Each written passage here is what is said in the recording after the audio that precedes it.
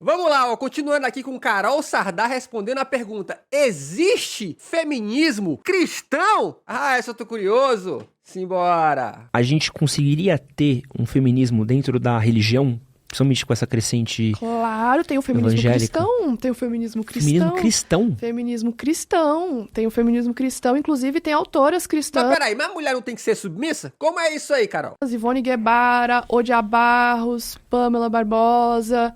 Existe feminismo cristão. Como é que funciona? Teologia feminista. Caralho. É incrível, tem até um livro chamado Esperança Feminista, da Ivone Guevara, se não me engano, junto com a Odia Barros. E a Ivone Guevara é freira. Freira a favor do aborto. Cara, Tá passado? meu Deus. Exato. E sabe Sabe quem mais já foi a favor do aborto? Ele mesmo, Edir Macedo. por que existe feminismo cristão? Porque dentro da igreja existe muita violência. Estupro Pô, marital, de dizer que a mulher tem que cumprir tabela, que a mulher tem que ser submissa, mas não aquela submissão que eles falam da Bíblia, uma submissão recatada, bela, do lar, que só cuida dos filhos, que não pode trabalhar, que não pode cortar o cabelo. Então, tipo, Cara, eu lembrei de uma história. Gente, eu tinha talvez 16, 15 anos, eu tava na escola, chegou a hora do intervalo, e apesar de ser alto, eu tenho 1,90 m, eu era da turma dos mais novos, que não sei se vocês sabem, geralmente quando você tem, por exemplo, assim, uma turma de quinta série, tem 3 turmas, aí tem a quinta A, quinta B e quinta C. Eles separam mais ou menos por idade, então quem é mais velho vai ficando numa turma, quem é mais novo vai ficando noutra. Então eu era da turma dos mais novinhos. E aí eu lembro que eu tava na hora do recreio, e eu era uma escola de ensino médio, então tinha gente da quinta série e gente da oitava. E eu vi 2 moleques que eram da 7ª série conversando sobre mulheres, né, namoro. E eu lembro de um deles totalmente desnorteado, falando assim: poxa, cara, eu tô chateado. Aí o outro amigo dele falou assim: por que, brother? Que parada é essa? Ele: pô, bicho, minha namorada cortou o cabelo, cara, sem falar comigo. Aí o cara: oxe, que papo é esse? E eu por dentro pensando: oxe, que papo é esse, irmão? Que bobagem. Por quê? Talvez até por inocência da minha parte, tá? Não me entrava na cabeça, lá na quinta série, por que diabos é que eu tenho que estar preocupado com o que alguém fez com o seu cabelo, porra? Ora, Gente, eu mal cortava o meu cabelo do jeito que eu queria. Por quê? Porque quando eu ia cortar o cabelo, a minha mãe, ela queria que eu cortasse o cabelo como todo homem velho adulto, né? Eu não sei como era na cidade de vocês, mas quando eu era criança, só existia 2 cortes de cabelo. O sorvete, que era os moleques descolados, que raspava, e o social, que era qualquer outra coisa que o cabeleireiro falava. O corte militar existia, mas a gente nem chamava desse nome, falava só rapar a cabeça. Então, eu não podia cortar o sorvete que eu queria fazer, como qualquer criança, né? Porque você viu os coleguinhas fazendo. Então, eu só falava social, pro piriri pororó. Então, a ideia de eu ficar preocupado com como alguém cortava o cabelo, pra mim era um absurdo. Quando eu escutei o cara falando aquilo, eu fiquei: tá maluco? Que parada é essa, bicho?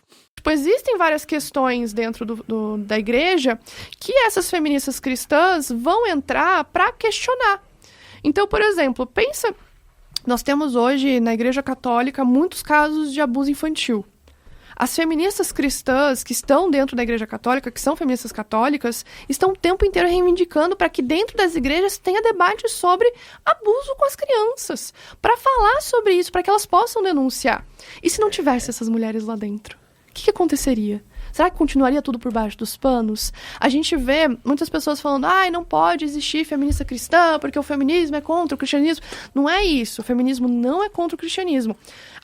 E ó, quem fala que o feminismo é contra o cristianismo não lê Bíblia, irmão. Porque a Bíblia está repleta de exemplos de mulheres que, em detrimento dos homens que vazaram, elas foram lá, tomaram a frente e defenderam o Estado de Israel, o poder de Israel, o povo escolhido de Deus. Quem fala que feminismo vai contra a Bíblia, ou quem tenta colocar a mulher numa posição de inferioridade baseada em Bíblia, não leu Bíblia não, hein? É contra a opressão das mulheres sendo usada pela fé.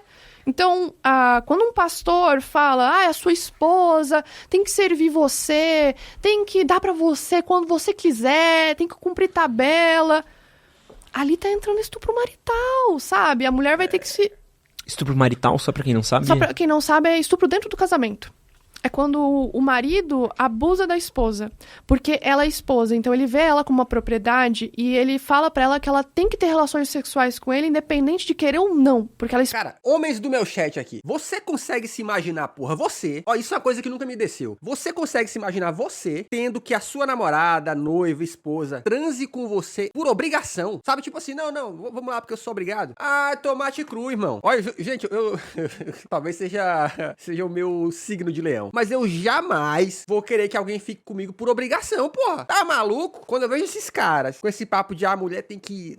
porque tem que ser, né? A mulher tem que ceder. Porra, irmão, tomar banho, porra. A esposa dele, a propriedade dele, tá casada com ele, tem que servir a ele. Então, dentro das igrejas, existe muito isso de a mulher ser submissa ao homem, o homem ser o cabeça, a mulher é o corpo, e ela ter que servir o homem. E essas feministas cristãs, elas vão trazer uma análise da Bíblia a partir de uma teologia feminista. Elas vão pegar as mulheres importantes da Bíblia e exaltar essas mulheres. Elas vão exaltar Maria, elas vão exaltar mulheres que são citadas dentro da Bíblia e que não têm tanto alcance quanto os outros homens citados dentro da Bíblia também. E a teologia feminista, ela vai trazer um feminismo para dentro do cristianismo, independente da doutrina, então evangélica, protestante, toda essa galera. Aquele personagem da novela que mandava um se prepare que eu vou lhe usar, né? Existem várias doutrinas e elas vão, cada uma trazendo reivindicações diferentes. Como eu falei antes, né? Nós temos várias linhas de pensamento. E quando a gente fala de feministas cristãs, estamos falando de mulheres que têm uma fé, que frequentam igrejas, pode ser igreja católica, evangélica, enfim. E ali ela vai encontrar problemas. Ela vai ver problemas lá dentro, ela vai ver violência doméstica, ela vai ver estupro marital, né? Estupro dentro do casamento, ela vai ver pedofilia, ela vai ver tentativa de feminicídio. E são essas feministas que vão resistir dentro das igrejas. E é louco você pensar porque quando a gente está partindo do princípio da fé e de uma religião, a gente está partindo de uma série de dogmas, né? Então, ao mesmo tempo, a gente parte de uma série de regras que são usadas para conter, ao mesmo tempo que a gente precisa conversar do que a gente está fazendo com aquela mulher. Tem um filme muito massa, foi indicado ao Oscar esse ano, chama Entre Mulheres. Não sei se chegou a assistir. Sim. Muito bom, ele é baseado num caso real que aconteceu posso estar errando muito aqui, se não me engano foi na Bolívia ou na Colômbia, que era uma... É o caso dos menonitas? Era uma das mulheres que viviam, acho que era uma Amish, uma coisa assim, sim, só que era na América Latina. Latina. Eram os menonitas, eu assisti isso daí, é bem chocante porque é real. Tem inclusive um canal do YouTube que é Mundo Sem Fim, eles foram visitar na Bolívia os menonitas. Bolívia, isso. Foi na Bolívia, eles foram visitar os menonitas e eu fui atrás para tentar descobrir quem que envolvia, né, os menonitas, e quando eu vi, tinha vários casos de violência sexual dentro das comunidades menonitas. Então, assim, essas mulheres, elas só foram denunciar depois de muito tempo, porque elas nem sabiam o que era educação sexual. Elas nunca tiveram contato com pessoas... Enfim, é o casal, né? O nosso casal lá. Falando que é abuso. Porque o que elas aprendem é só dentro daquela comunidade. Pra quem não sabe... Pô, isso aí, ó, também rola muito. O abuso, muitas vezes, as pessoas nem conseguem identificar o que é abuso, porque ela nem aprendeu o que é abuso. Pra ela, aquilo, entre aspas, ela sente que é errado, mas como é naturalizado, dependendo do ambiente em que ela tá, ela acha que isso é normal, e não é. Sabe o que são os menonitas? São comunidades onde eles são ultraconservadores. Uhum. Então... eles não usam energia elétrica, eles não permitem que entre tecnologia, celular mesmo, não permite, identidade com chip também não permite. Então, eles têm uma aversão contrária à tecnologia, à globalização, no geral. Muito parecido com os Amish, né? Muito parecido. Exato, é bem parecido. E daí, com isso, essas mulheres que fazem parte dos menonitas, elas não tiveram acesso à educação sexual, elas não tiveram acesso a planejamento familiar, nada disso, porque lá dentro eles são ultraconservadores. Então, se aqui no Brasil o pessoal treta com educação sexual, imagina ser ultraconservador, né? Então, essas mulheres, o que acontecia? Elas iam dormir e passava homens dos menonitas e espirravam, tipo, um spray, uma planta que eles tinham lá que dopava essas mulheres. E elas eram abusadas dormindo, e quando elas acordavam, a cama estava cheia de sangue, e elas não sabiam o que tinha acontecido. E o que começou a ser falado ali dentro? Que eram espíritos, demônios, que não era nada real, que era coisa da cabeça delas. Então elas começaram a achar que aqueles abusos que todas elas estavam sofrendo, meninas de 6 anos, mulheres de 30, senhoras de 60, era coisa da cabeça delas, que eram demônios. E daí, depois de um tempo, uma das meninas, ela acordou durante o estupro. E ela viu que não era um demônio, que era um dos caras que trabalhava junto ali com a galera dos menonitas. Então, a partir daquilo, ela foi conversando com outras mulheres e elas foram se organizando para denunciar isso. Só foi denunciado realmente porque saiu da comunidade. Porque vazou a partir de uma das pessoas que foi lá fazer comércio com eles, e uma dessas mulheres comentou, e essa pessoa vazou a informação e a polícia foi lá averiguar Só por isso que foi realmente averiguado todo o caso, condenado, processado e tudo. Mas se não tivesse, talvez essas mulheres nunca teriam tido liberdade dessas violências que aconteciam, sabe? Então imagina, elas achavam que eram demônios, porque elas não tinham acesso à informação. E isso é real, tipo, se vocês forem pesquisar, é assustador. Eu assisti esse filme e fiquei chocada, porque é totalmente baseado no que elas viveram. E daí, quando você vai ver o vídeo do Mundo Sem Fim, onde eles foram visitar os menonitas, você vê essa submissão dessas mulheres. Você vê a menininha, já desde pequenininha, com a boneca, aprendendo a ser mãe, a moça fazendo todas as roupas, ela faz toda a costura, faz todas as comidas, todos os doces, é ela que cuida de tudo, ela que tira o leite da vaca, então basicamente era a mulher que fazia tudo. E ainda assim sofrendo violências que elas não sabiam nem nominar, sabe? Tipo, elas não sabiam nem dizer, isso é uma violência. E é uma coisa que, inclusive, é muito falada no movimento feminista no geral, de saber nominar as violências, de saber dizer o que são elas. Por exemplo, a violência doméstica, por muito tempo, nem sequer tinha o termo violência doméstica. Não se usava, porque a mulher que apanhava dentro de casa era considerada lesão corporal. Então, se ela ia lá, denunciava, não tinha a Lei Maria da Penha, de 2006. Então, assim, a violência doméstica, por muito tempo, ela não era nem vista como uma violência. Tinha gente que falava que em briga de marido e mulher não se mete colher.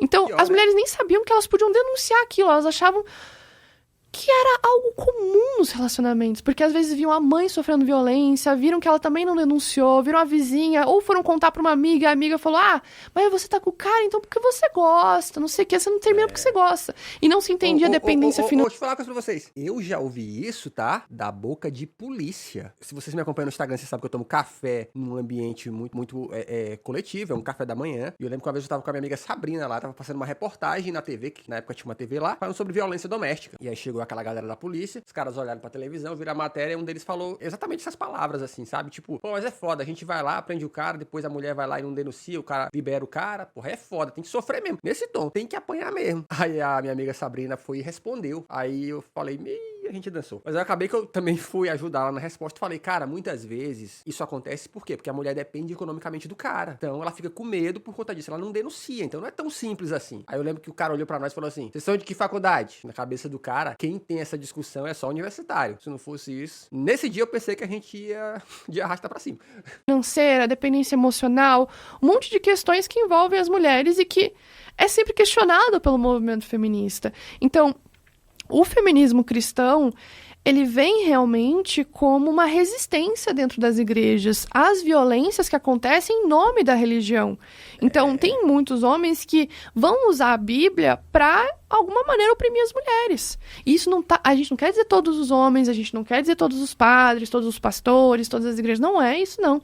A gente está falando que existem alguns que vão pegar a Bíblia e vão oprimir mulheres a partir daquilo. E existem mulheres que não vão ter instrução para questionar essa opressão. Elas não vão... Exatamente. Até porque o ambiente evangélico é um ambiente onde se é ensinado desde cedo que questionar é um problema. Não questiona. Coisas da fé, não questiona. É por isso que esse tipo de comportamento se perpetua com muito mais facilidade. Não tem instrução. Elas não vão ter consciência que aquilo é realmente uma violência. Então, até por isso a gente fala tanto da educação sexual, porque tem muitas crianças que sofrem violência e nem sabem que aquilo é uma violência porque não foi ensinado aquilo pra ela. Ela não sabe que aquilo não é uma brincadeira, que aquilo é um abuso, que ela precisa ter consentimento, que ela precisa avisar um pai, avisar uma mãe. Então isso você percebe, as feministas vão estar sempre questionando todos os problemas e tentando trazer soluções para esses problemas. E daí as feministas cristãs é dentro da igreja, né? Elas vão ver todos os problemas que acontecem e vão falar, tá, o que a gente vai fazer em relação a isso? Vamos se organizar, né? É engraçado que é dentro de um quadrado, né? Eu acho que isso é o mais louco, assim, porque você ainda tá... Eu até citei esse filme por causa disso, porque tem uma menina que tem uma fala muito boa, que ela fala... Não, mas eu ainda quero seguir a religião, eu ainda quero seguir Deus, eu não quero sair da comunidade porque... Porque Deus não é a violência tá na mão do homem. É engraçado, a violência não tá em Deus, isso que é importante falar, porque existem também as feministas ateístas, que são feministas que não concordam com a religião e acham que é a religião que causa a opressão. Isso que você assistiu foi um corte do nosso podcast com a... Carol é muito assunto, mano, né? Pô, enriquece os nossos debates, os nossos discursos de um jeito sensacional, cara. Pô, a Carol é foda, hein? Se inscreve no canal porque aqui tem vídeo todo dia.